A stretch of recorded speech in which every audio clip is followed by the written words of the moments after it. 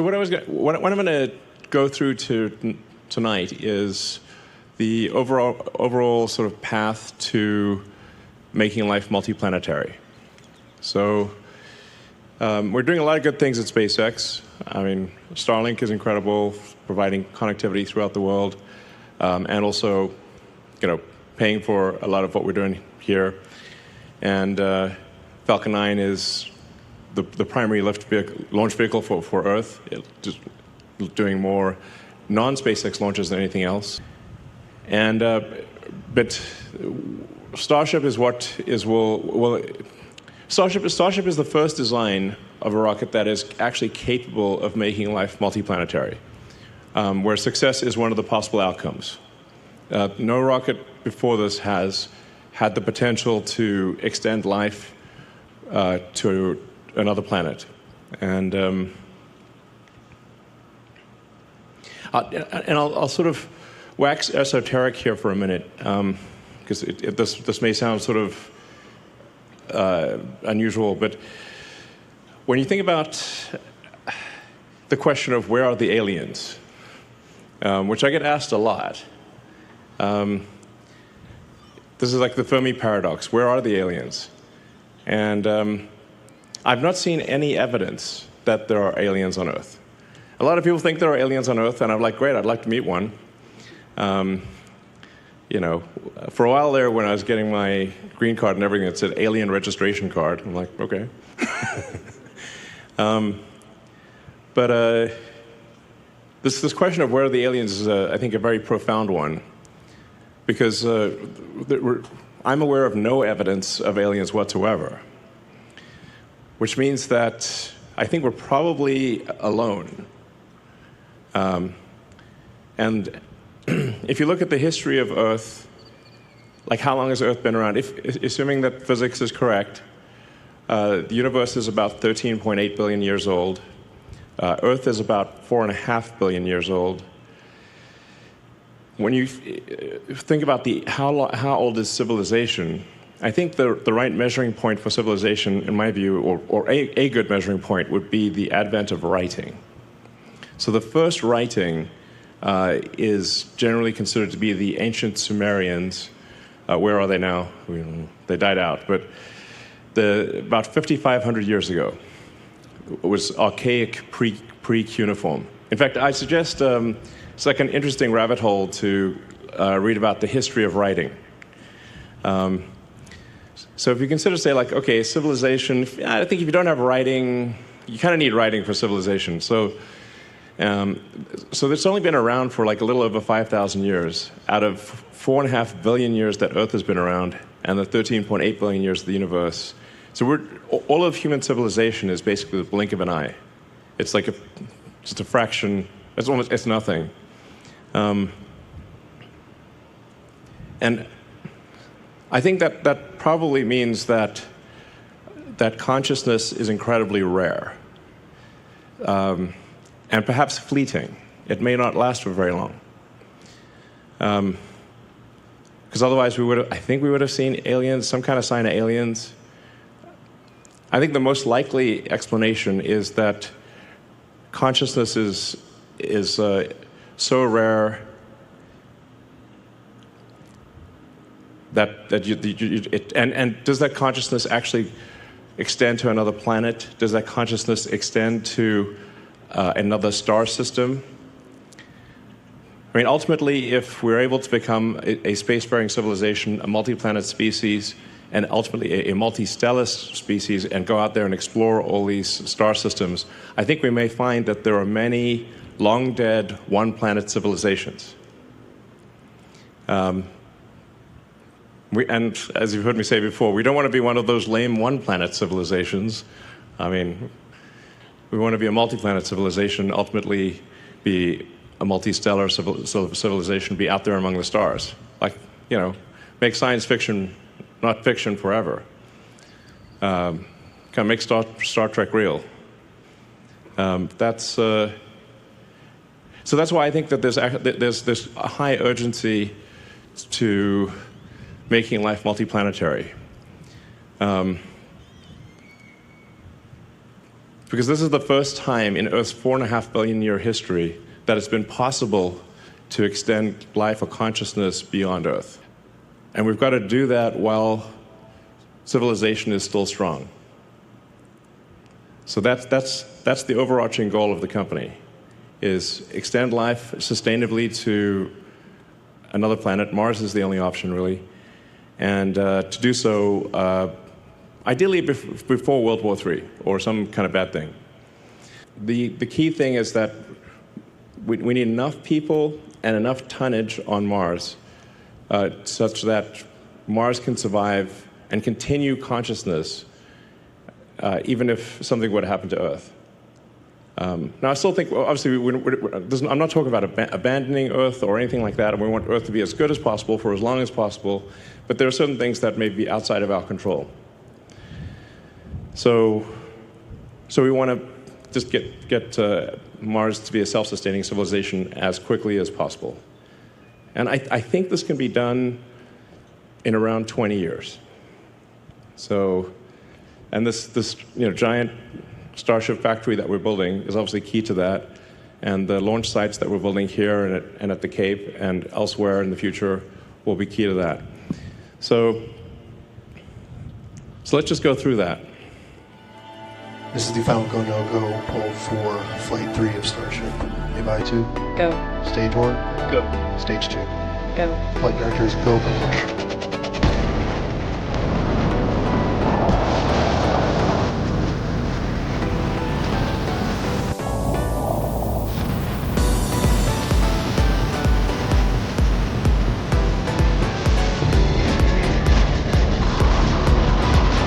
We got lift off.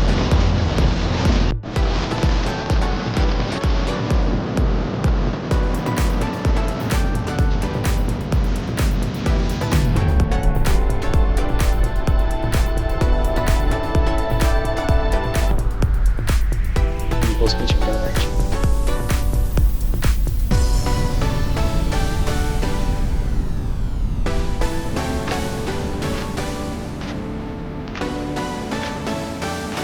Next key. Vehicle supersonic.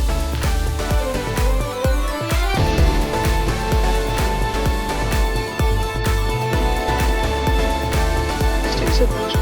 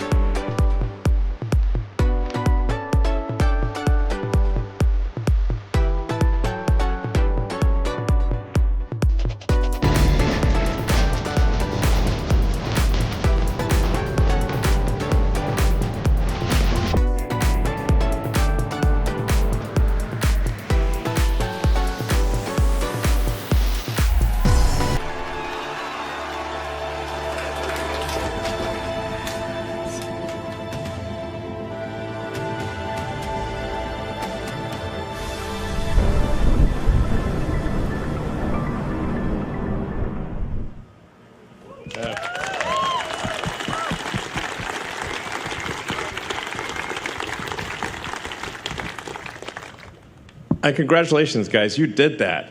That's insane. I mean, it looks like CGI.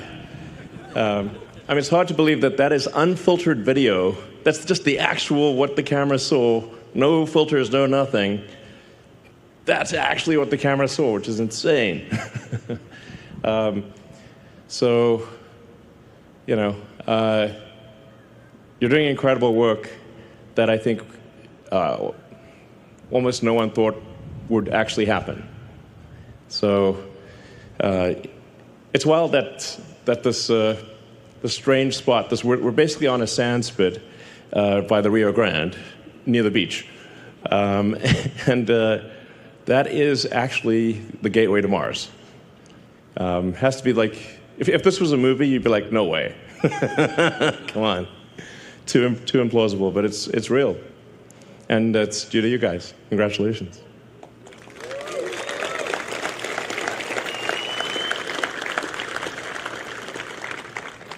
This is the side-by-side of the 3 flights. You can see our thrust to weight improved significantly.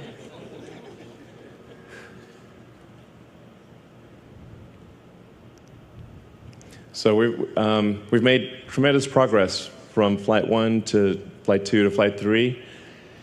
And we got Flight 4 coming up in about a month or so.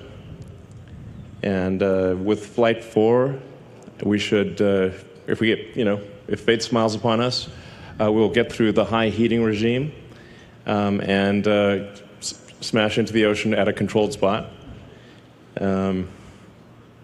And then hopefully be able to also do this with the booster, land on essentially a virtual tower. If the landing on the virtual tower with the booster works, then we will actually try with Flight 5 to come back and land on the tower. Yeah.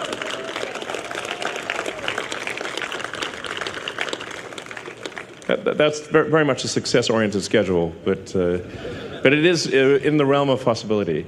But I would say, like, the odds of us actually being able to catch the booster with the Mechazilla arms this year, I think, I don't want to tempt fate, knock on wood, but I think the odds of actually catching the booster with the tower, probably like 80, 90% this year. Which is insane. Like, actually, when we first talked about it, it sounded so batshit crazy. We're going to have a giant, it's like literally bigger than Mechazilla from this movie. That you'd catch like the biggest flying object ever made with mechanical arms out of the air. But we're going to do it. So, yeah. It may not work, necessarily the first time, but it will work. So really, Starship is really the key to making life multiplanetary and preserving the light of consciousness. That's what it's all about. And it may end up being the most important thing that we ever do. I think that like the light of consciousness is like this tiny candle in a vast darkness, and that candle has only been lit for a very short time, and it could easily go out. So we obviously want to preserve the tiny light of consciousness on Earth, but extend it to Mars, and then ultimately to the rest of the solar system, and then start going to other star systems. And I mean, I won't be alive to see that, but unless I'm like frozen or something, I don't know. But I think at some point we will discover many civilizations that maybe lasted 1 million years, or 2 million years, or 10 million years. But a civilization that lasted 1 million years, which would be, vastly longer than our civilization has lasted. I mean, that's only the third decimal point, so like 13.8 billion something years. If your civilization lasts 1 million years, it's only goes, that third digit past the decimal point goes up 1, and that's 1 million years. So, I mean, I'd say, like, we should think of, like, how do we make civilization last 1 million years? We often get caught up in, like, the day-to-day things, but we want to have at least 1 million-year civilization, if not 100 million-year civilization, or 1 billion-year civilization. So, absolutely crucial to that goal is becoming a multi-planet species. People often ask why Mars. Well, there's not a lot of options, frankly. So, Venus is a superheated, high-pressure acid bath. So, not what you don't want to go to Venus. And then the Moon is close, but it doesn't have an atmosphere. The gravity is only 1/6 that of Earth, and it's missing a lot of key resources. So, also the insulating value of the Moon relative to Mars is much less. So if there's something that takes out Earth, like let's say there's a World War III, global thermonuclear warfare, they'll probably throw a few nukes at the Moon. So Whereas it's way harder to shoot Mars with nuclear. And Mars would see it coming and probably have some time to stop the inbound missiles. So the value of Mars, the distance and time required to get to Mars actually has an insulating benefit for the continuation of consciousness, even if there's something terrible happens on Earth. And then once we go beyond Mars, there's some asteroids like Ceres, some of the moons of Jupiter. Starship would ultimately be capable of reaching anywhere in the solar system. And then we'll need something, a new level of technology to go to other star systems. But if we can't at least get to Mars, then other star systems are hopeless. I mean, it's a fixer-upper of a planet. Okay, it needs some work, but it is. It's really the only option for becoming multiplanetary. And long term, we can warm up Mars, and we can densify the atmosphere, and there'd be a liquid ocean on about 40% of the surface. So we could make it an Earth-like planet long term. So let's see.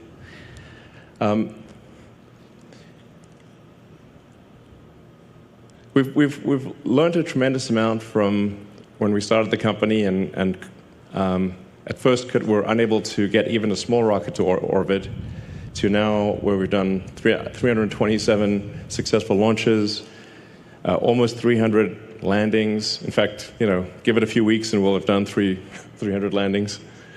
261 reflights.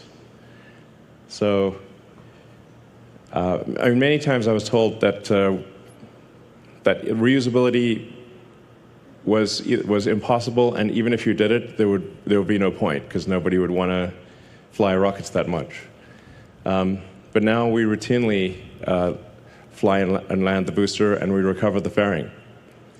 So we've learned a tremendous amount from the Falcon program that is then feeding into the Starship program.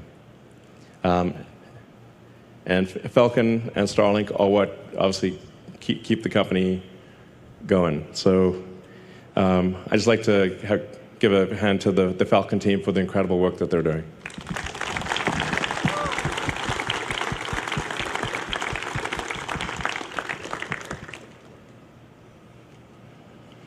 And then Dragon. Wow, 45 launches of Dragon. It's amazing.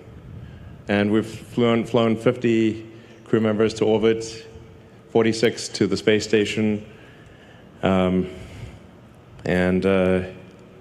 everyone has come home safely, which is the most important thing.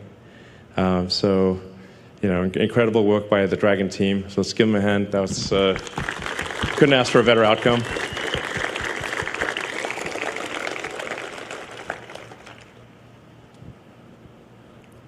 And Starlink. Actually, if you look at the sort of the plot of all the satellites going around Earth, this looks kind of scary, actually. But there's 6,000 satellites in operation, over 6,000, and 10,000 lasers, almost 3 million customers. So Starlink is doing a lot of good for people on Earth who either don't have internet access or it's very expensive, and so it's doing a lot of good, on Earth. Because when I say we want to be a multi-planet species, we obviously want Earth to be as good as possible, and Mars to be great. So Starlink is doing a tremendous amount of that, and we're learning a lot by having this big fleet. Starlink will also be very important for high bandwidth communication to and on Mars. So, from a tiny rocket to Falcon 9, which is a much bigger rocket, many iterations of Falcon 9, and then Falcon Heavy, and then Starship.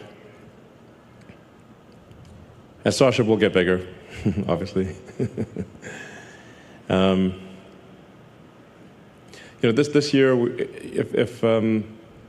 if things go according to plan, SpaceX will do probably 90% of all Earth mass to orbit.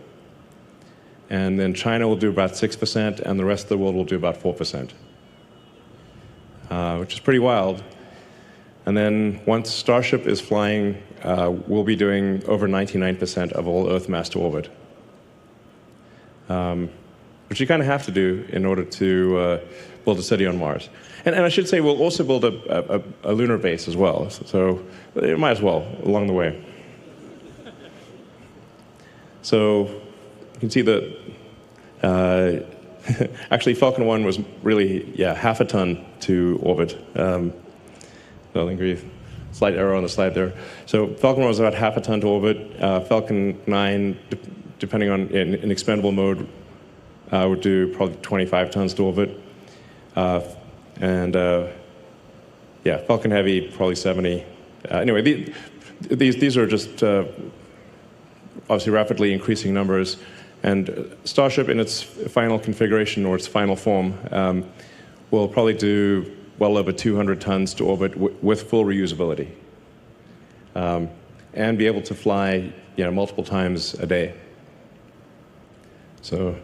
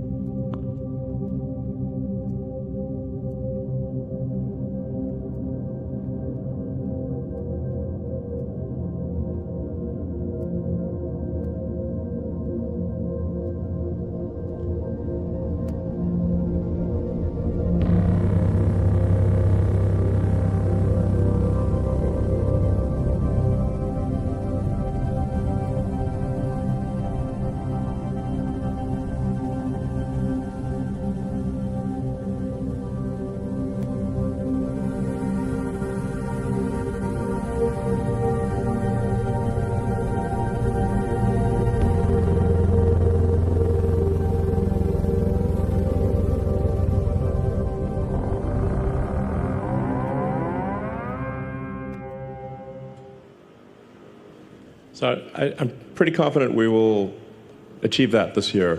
Like I said, probably 80–90% this year. And then there's recovering and reusing the ship. The ship will take longer. So the ship, I think we will want to have at least 2 consecutive successes of a given design that land at a specific point in the ocean or smash into a specific point of the ocean before we try to bring it back to the launch site, because we do not want to rain debris over Mexico or the U.S. So my guess is probably next year is when we will be able to reuse Starship. But I think it's highly likely that this year we will bring Starship to, or the ship side of it, to a controlled point in the ocean. And have it basically land on a virtual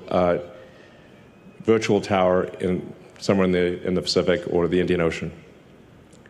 And we've already proven that we can do the final phase of landing, so coming from sort of a belly-first position to rotating the ship and landing vertically. We proved that right here. So we just need to be confident that we can get through the high heating portion of re-entry reliably, and then we will bring the ship back and it will land on the tower as well. And we're going to build more Mechazillas. So there's going to be 2 launch towers here, and then 2 launch towers at the Cape as well. So we'll have 4 launch towers for Starship, probably by sometime next year. So we're aiming to have the first Cape launch tower and launch system operational around the middle of next year. And that'll be important for launch azimuths that are sort of fly over land.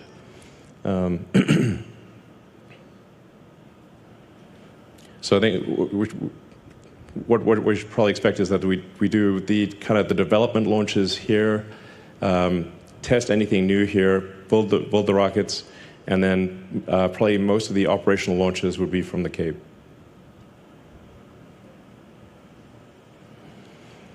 So this year we're planning to build another roughly 6 boosters and ships, and that production rate will increase a lot next year. That's why we're building the giant factory. Ultimately, we'll need to build a lot more ships than boosters, especially for Mars, because it's you'll actually want to use the ship, take apart the ship and use it for raw materials on Mars, because the ship materials will be so valuable. Most of the ships you wouldn't want to bring back. You'd want to just use them for raw materials. Eventually, we will want to bring ships back, and I think we'll want to give people the option of coming back because they're more likely to want to go if there's some option of coming back. But I think most of the people that go to Mars will probably never come back to Earth. So, and we'll need to ramp production to pretty high numbers. Like, I think ultimately probably a ship every, multiple ships per day, basically. And then next year we're aiming to demonstrate ship-to-ship propellant transfer. It's hard to make this not look a little bit naughty, because it's 2 ships connecting and doing a fluid transfer. It's just what it is. But this is actually a very important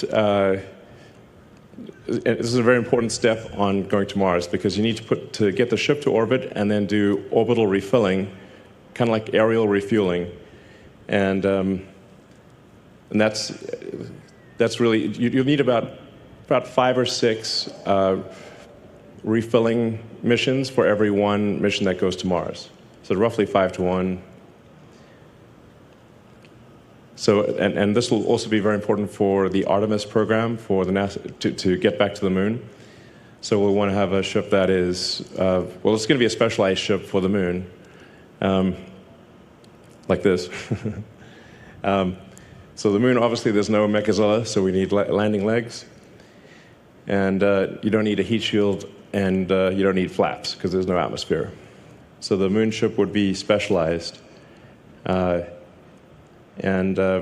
ultimately, I think we want to build a moon base Alpha, and have a permanently occupied base on the moon. Like, that would be super exciting. And so you'd have a bunch of ships that are specialized for going to and from the moon, but they never come back to, they never land back on Earth. They just would dock with propellant tankers to get orbital refilling. So in terms of performance, we've made dramatic progress on every level for Starship. It's remarkable that you can see the Raptor engines and how it has evolved from, optimistically 185 tons to 280, and I think ultimately the booster engines will aim to get the booster engines over 330 tons of thrust, which would mean 10,000 tons of total thrust at liftoff. So, and then the Raptor 3 also will not need a heat shield. So Raptor 3 looks very simple, and it is actually simplified in a lot of ways. But a lot of the complexity is hidden because we have integral cooling channels in many parts of the engine that don't exist in Raptor 2. So in order to not have a heat shield, it has to be very resilient. But that is actually what Raptor 3 would look like. Raptor 3 looks like it's missing a bunch of parts. But actually, those parts have either been deleted or they've been integrated into the system, and like I said, with integral cooling channels. And where you need secondary plumbing, the secondary plumbing has also been integrated into the pump and into the chamber jacket, and so it's much simpler. Well, it's actually extremely difficult to build Raptor 3, but but it will be easy to integrate and will have higher performance and lower total mass, and be more reliable. So.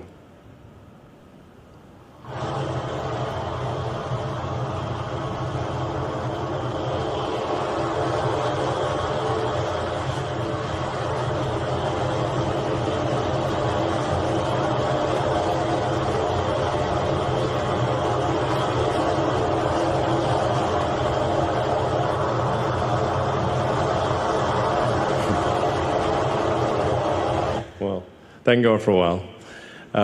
So I find it interesting to look at if you look at the flame tail on Starship and how long it is. It's a very long flame tail, which is due to the fact that the chamber pressure. Well, it's just outputting a lot more gas at a higher velocity.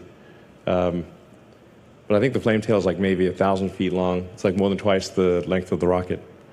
And that will actually get, as we increase the thrust, that will get longer. So, yeah.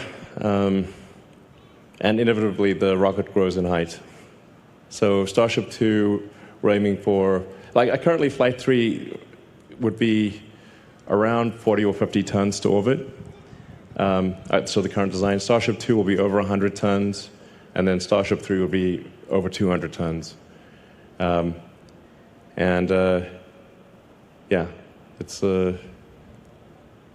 going from around 7,000 tons thrust to over 8,000. But I think we'll end up ultimately with more than 10,000 tons of thrust, probably 7,000 or 8,000 tons of liftoff mass, and at least 10 meters taller. We'll see. Tends to grow.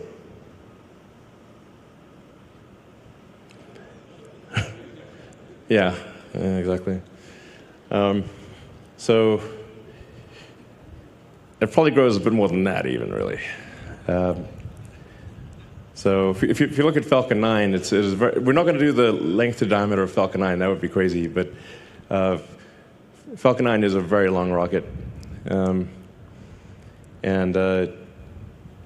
So I suspect it'll probably get a bit longer than this, but at 200 tons per flight, fully reusable, that is pretty incredible.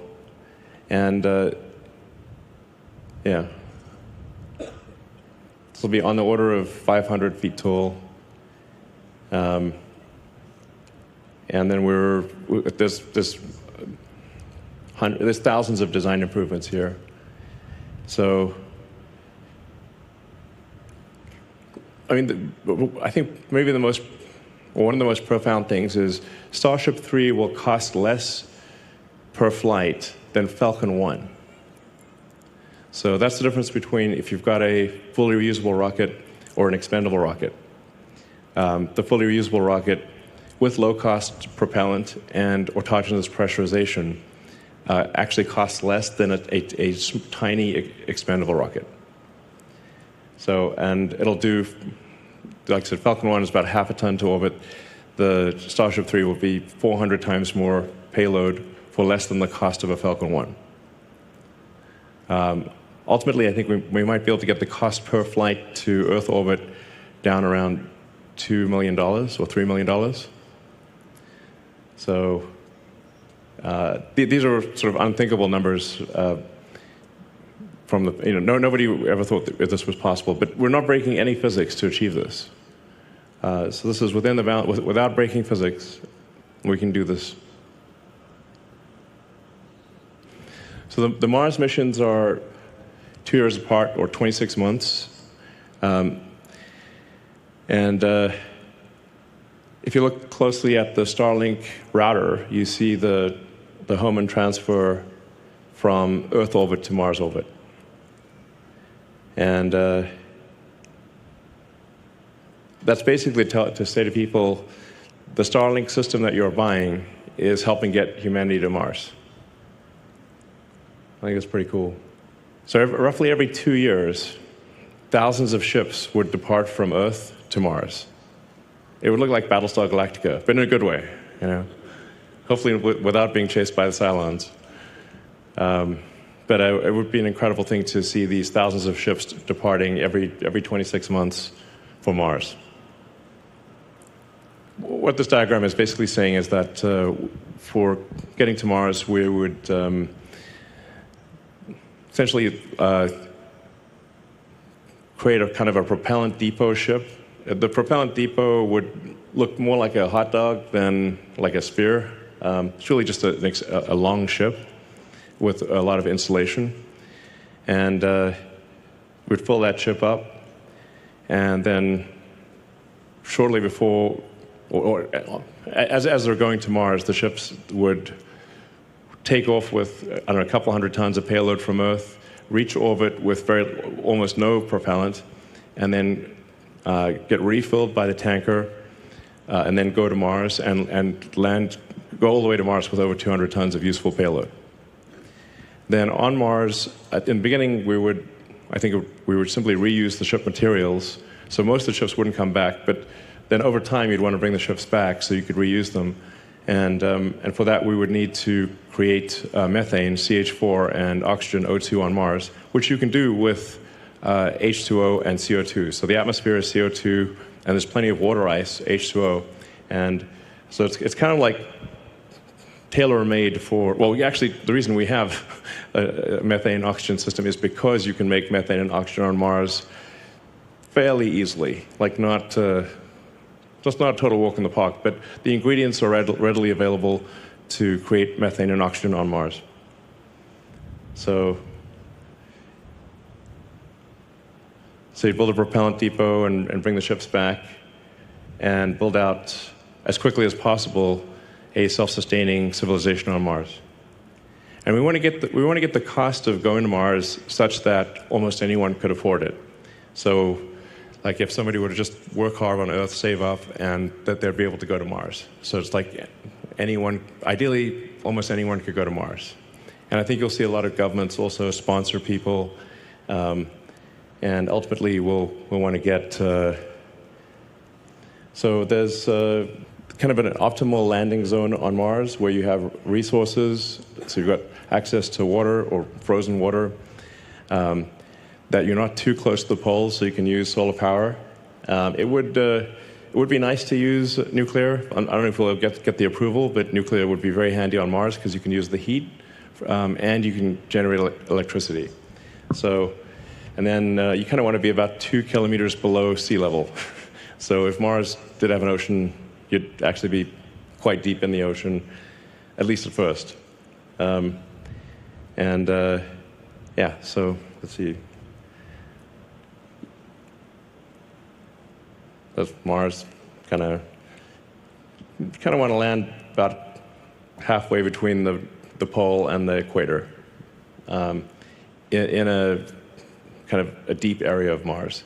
The deeper it is, the more you can use the atmosphere to brake, and the atmospheric density is higher. So these are all the things that would have to be developed. Sometimes people ask me, are we developing these things? I'm like, not yet, because this is the cart, and we need the horse first. So the rocket is the horse, and then this is the cart. But ultimately, we'll need all these things, lots of power generation, mining in general, ice mining, propellant production, long-duration life support, a lot of construction, and then global communication. So I think this would open up a lot of opportunities for entrepreneurs that want to create things on Mars, whether that is a propellant. Well, I think we'll have to do the propellant depot, but whether it's like iron ore refining or a pizza joint or a bar, there'll be an opportunity to do all the things that we like on Earth on Mars. Like a Mars bar would be, yeah. Great. So I think probably a rough order of magnitude guess for what you need, how many people do you need for a self-sustaining city is about 1 million, and several million tons of cargo. So, yeah, which we can do, and we can do this in 20 years.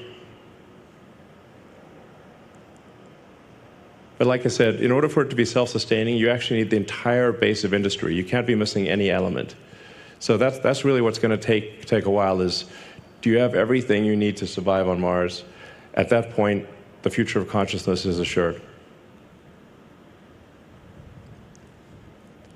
So if you do 10 launches a day at 200 tons per launch, 1.5 million tons to LEO per opportunity, you net that out to 250,000 tons to Mars per opportunity. So that means you can get to 1 million tons in about 8 years, since the opportunities are 2 years apart.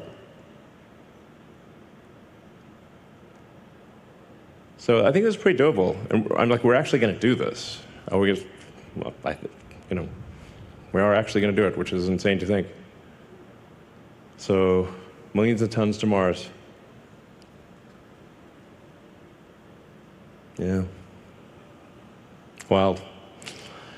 And we're going to build a lot of vehicles. So, yeah, several thousand vehicles per year is what we'll need. Which really quite doable, actually. It sounds like a lot, but it's very doable.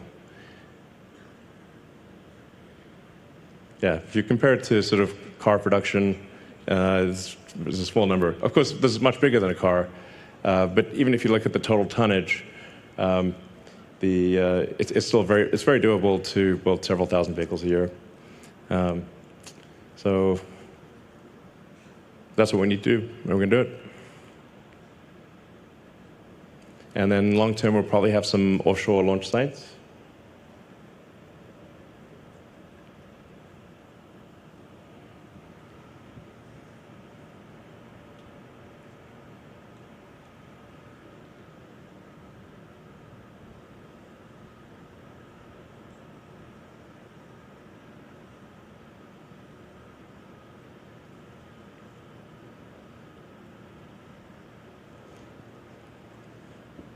You can just imagine all of these starships waiting in orbit for the planets to align, and then this gigantic Starfleet taking off from Mars.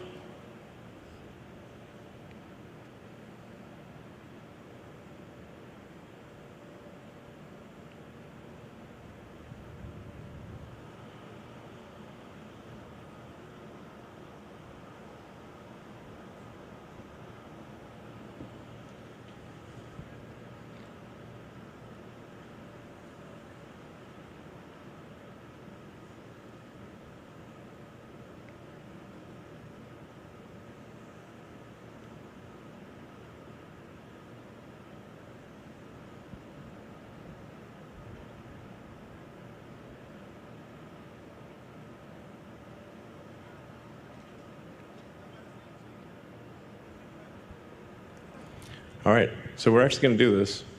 When you think about where this started out, this was literally just like a sandbar where we're standing right now. And now look at what we've done here. And we've gotten 3 flights off of Starship, and we've got a fourth one coming up. And we're building a gigantic factory that will be able to output a massive number of ships. So it's surreal, but it's real. So we're actually going to do this. We're going to take humanity to Mars. And I'm confident you can do it. So